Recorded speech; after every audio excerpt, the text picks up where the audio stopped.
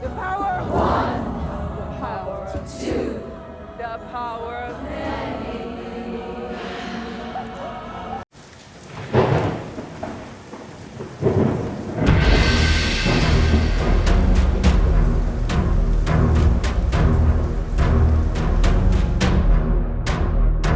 What's up, Headless? Welcome back to the channel. So I want to talk a little bit about The Acolyte today. You saw from the video clip at the beginning that everyone has an issue with this episode, and we're talking specifically about episode number 3 here. Can Disney somehow save this show? That's not how the Force works. Now, obviously, it's already filmed, so we know that. Chances are they're not going to be able to save it, but I am going to kind of explain my thoughts on this and how they could save it. Again, it's already been filmed, so no one really knows, but I'm more trying to be optimistic, I guess, at this point, because it's just become such a disaster for something that I have grown up loving and have based so much of my life on. And I started a YouTube channel because of my love for Star Wars. And it's just really heartbreaking to me because I look forward to all these new shows. I try to always go in with a positive attitude with it. When you see what's on screens, I question everything they do. It's really frustrating being a fan of something like this and just seeing it get torn down. And I just remember the excitement of, when the prequels were announced. And again, I'm much older than probably most of my viewership, but I remember, I had to sleep outside to get tickets. We got there after working a double shift. I got there at 11 p.m. There was about a group of 4 or 5 of us, and we ended up sleeping overnight, and we couldn't even buy tickets to 3 p.m. the next day. And the line was absolutely insane. There were so many people. Everyone was really, really excited. And I just missed those days. And I felt some of it come back when The Force Awakens came back, when Disney purchased Lucasfilm in 2012. And again, back then, even Force Awakens, I really enjoyed the movie overall. Yes, it had a few issues here and there, of course. But overall, I was really excited. I liked it a lot. I think I saw that movie 5 times in the theater. And then, we kind of know what has happened since. And listen, if you are a person who's watching this video and you have enjoyed everything that they have done, listen, I am so happy for you because I know what it feels like to really love something. And I got so many issues with what they are doing. It kind of started with the Book of Boba Fett for me. And then, kind of just tailed into Kenobi, and it tailed into Mando season 3. Andor, I just never really cared much about it. The acting was really good. The dialogue is really good. It just, to me, it just wasn't Star Wars. It was a backstory of a character that I honestly didn't really care about that much in Rogue One. Now, if it was a backstory, they maybe mentioned Urso more. That character I actually enjoyed watching on screen. But anyways, we're not here to talk about all that. We're here to talk about what could we possibly do to fix the first 3 episodes of this show. And, the first thing I got to say is if they are really going to try to retcon the whole way that Anakin Skywalker was created, I don't know what they're doing. They have to know, honestly, they have to know what they're doing to the fan base. There's no way they don't see social media. Star Wars yesterday alone tweeted out 4 or 5 different times about, Acolytes episode 3 is out now on Disney. And dude, the comments alone, 95% of the comments are just what are you guys doing? This is horrible. Why are you retconning, the basis of Star Wars, who is obviously Anakin.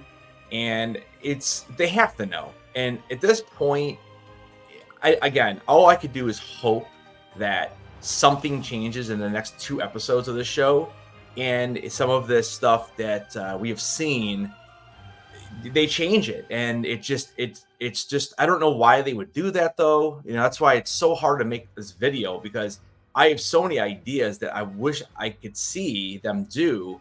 I just don't think they're going to do it, unfortunately. But Anyways, guys, I've been rambling on for like 4 minutes now. So let me go ahead and kind of get to the gist of this video. Hit that like button if you don't mind. Also, consider subscribing if you're new. And let's talk about this. We know that, and there's other creators out there who went long and in depth about the whole, Plagueis thing, the way the Force created Anakin. I'm just going to give out a quick little gist of it because I'm not going to sit there and make a whole video on that because there's plenty of other, content creators that have done that already. So it starts with Darth Tenebris, and when he had his apprentice, who was Darth Plagueis. This is kind of where the whole idea started with wanting to create life, wanting to stop people from dying. And then after Plagueis turned on his master, like it seems like all apprentices do at some point, Plagueis ends up, taking decades basically, and trying to figure out how to use the Force and how to bend the Force to his will, how to create life. And this is, then passed down to Palpatine, and together this is what they were working on.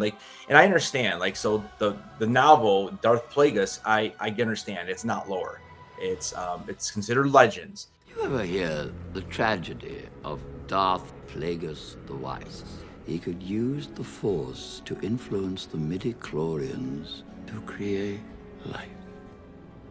And besides that conversation we get between Palpatine and Anakin in Revenge of the Sith, this is really the only mention we do get of Plagueis. We all know that because of his ability of how being so strong in the dark side, and again using dark science, and which kind of makes sense when we hear the line in Rise of Skywalker. Somehow Palpatine returned. The Emperor is dead. Dark science. Cloning. Secrets only the Sith knew. We know that they were into that kind of stuff. They were trying to create some type of bending of the Force to do what their will wanted, and they wanted to create life. And and because of all their meddling, it's basically like the Force is like, yeah, you're not going to do that, and I'm going to create what we're going to call the Chosen One, and this person is going to bring balance to the Force. And that's the whole reason why Anakin Skywalker was even created. And this is what makes Star Wars such a tragic tale, is because we see this young kid who just happens to get found by Qui-Gon Jinn and Obi-Wan Kenobi, and it's not like the Force is like put this boy out there and said, hey, listen, he's 4 years old, this is going to be your Jedi you need to destroy the Sith. Because again, you can't control the Force. The Force is going to do what it wants, and then it's up to you to try to actually take what it gives you and use it correctly. And again, this is what makes Star Wars such a tragedy, because this boy they find by the will of the Force, more or less, and he just, because of his attachment with his mother and then his attachment with Padme, and he ends up just wanting so badly not to lose Padme like he did his mother, just will do whatever it takes. And this is what turns him. And then obviously his son is the one who turns him back when we see Luke turn him back in Return of the Jedi, and it is Vader who ultimately does destroy Palpatine, which in turn ends the Sith, and the balance was brought back. Now the whole thing with Palpatine returning is, it's fine, he had a contingency plan, which we've kind of seen bits and pieces through the Bad Batch and Mandalorian.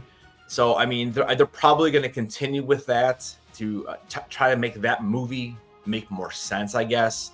In The Acolyte, the only way they can really save this is if Mother Anissa somehow either knows Tenebris. I'm praying that this secret Sith Lord is Tenebris.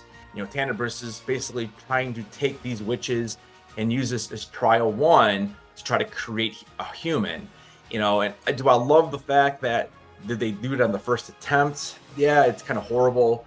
I'd guess they can play it off where this is like attempt number 20 or something like that, and everything's failed, and this is the first time they've got it. But again, I mean, then you're creating twins out of it.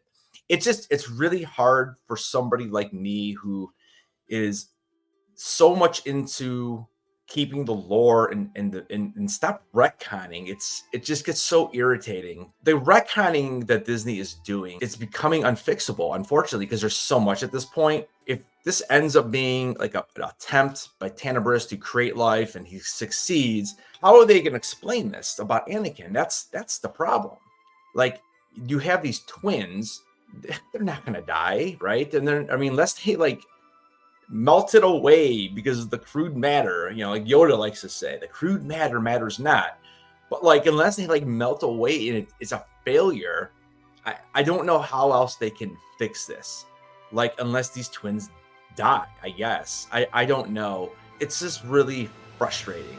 Even making this video, trying to figure out how to explain my thoughts, because every time I say something, I'm like, well, that's not going to work because they already did this. I guess a long story short, basically, I would hope that it's going to be Tenebris. I hope that we get a name drop of Plagueis, just as even as like the last clip of the series where we see Tenebris with like Plagueis or something, and they failed again with these twins. You know, something happened. Obviously, the whole part with the fire at the end of the third episode, guys, obviously they're gonna make the Jedi look like the bad guys, or they're gonna make it's obviously gonna be something different. It's not gonna be this fire that she lit with this notebook. Like, there's no way. There's no way. Obviously, we see Torben at the end of the episode. He's got some type of cut or slice or scar or something on his face, so he has something to do with it. I still think there's something with Jord. I think maybe he might be something going on with him, because he always seems to pop up at the right times. Hopefully, Tenebris has something to do with this. I do not want either of those witches to be the Sith that we see. I think that would be totally terrible. That's just going to make people even more mad, because it's not going to end up making any sense in the long run. It's gotta be Tenebris or Plagueis. It has to be. That's the only way they can fix this. And they better make it make sense, because that's the problem. Is I'm sitting here and I've watched this episode like 5 or 6 times already. Like, I've lost track because I rewind it so much to kind of catch everything. And at this point, it has to be linked back to those two. And if it doesn't, I don't know what they're going to do moving forward, because they're going to lose a lot of the audience, and they've already lost a lot of the audience. Technically, they could still fix it if they bring those two characters in. And obviously, something with these Jedi they're all going to have to be killed or something, because I don't know how they're going to explain, unless Yoda is part of the cover-up, and then you make Yoda look like he's not even a trustworthy character, where, you know, when you watch The Empire Strikes Back and you meet Yoda for the first time, he's like the most trustworthy character in all of Star Wars. I don't know, guys. That's my take. I know it was a little bit of rambling in this one. It's hard sometimes. I have all these notes in front of me, and every time I say something, I'm like, well, I don't even know if that can happen or that can be true because of what they've done. So, but that is my 2 cents. Let me know your 2 cents down below in the comments. Guys, thank you so much. Don't forget, I'll be live tomorrow, 10:15 p.m. Eastern. We got House of the Dragon, Season 2. Let's go. I can't wait for. So, all right, guys. Don't forget, keep those heads on, and I'll see you guys in the next video.